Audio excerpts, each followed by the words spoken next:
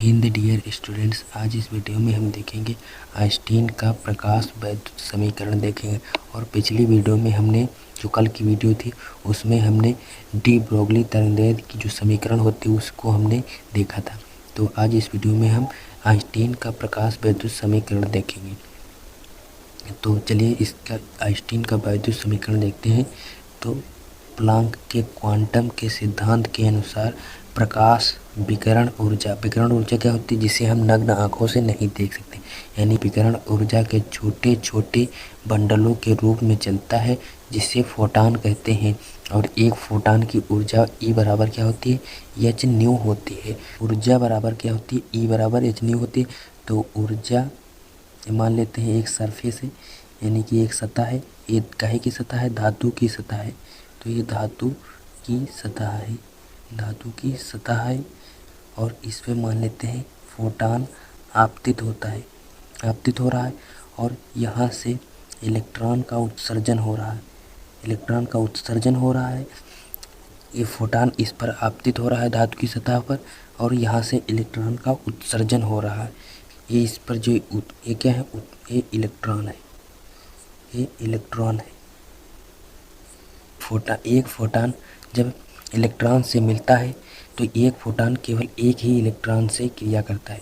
ये कहने का मतलब है कि जब एक फोटान एक ही इलेक्ट्रॉन से क्रिया करता है तो वह जब फोटान होता है, वह जो फोटान होगा तो वह दो रूपों में खर्च होगा।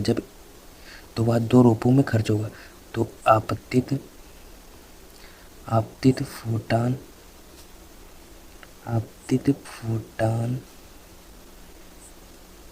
की ऊर्जा दो रूपों में खर्च होगी। तो आपतित फोटान की ऊर्जा दो रूपों में खर्च होगी, दो रूपों में खर्च होती है, दो रूपों में खर्च होती है।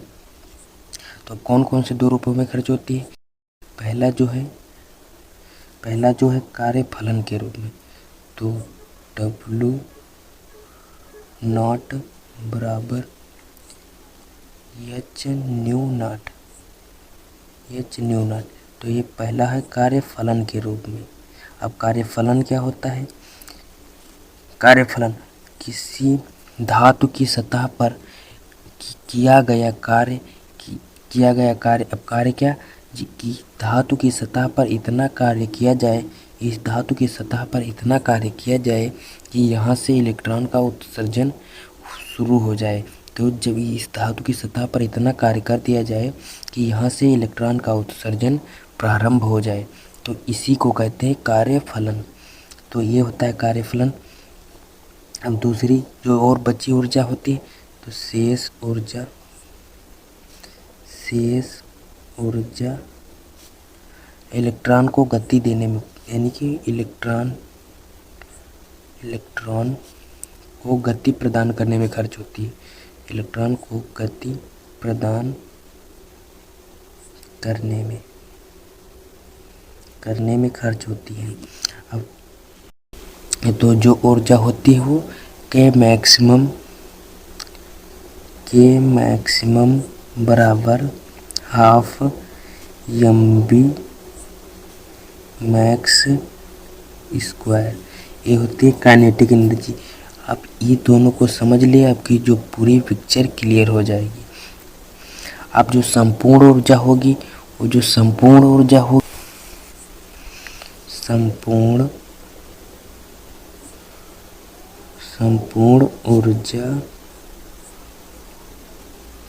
ई बराबर, संपूर्ण ऊर्जा काहे में खर्च हो रही है, तो कार्य फलन के रूप में। तो W नॉट प्लस और काइनेटिक एनर्जी के मैक्सिमम।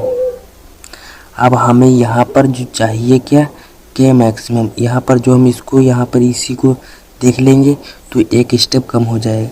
तो हमें के मैक्सिमम चाहिए, तो के मैक्सिमम बराबर, और ये जो है ई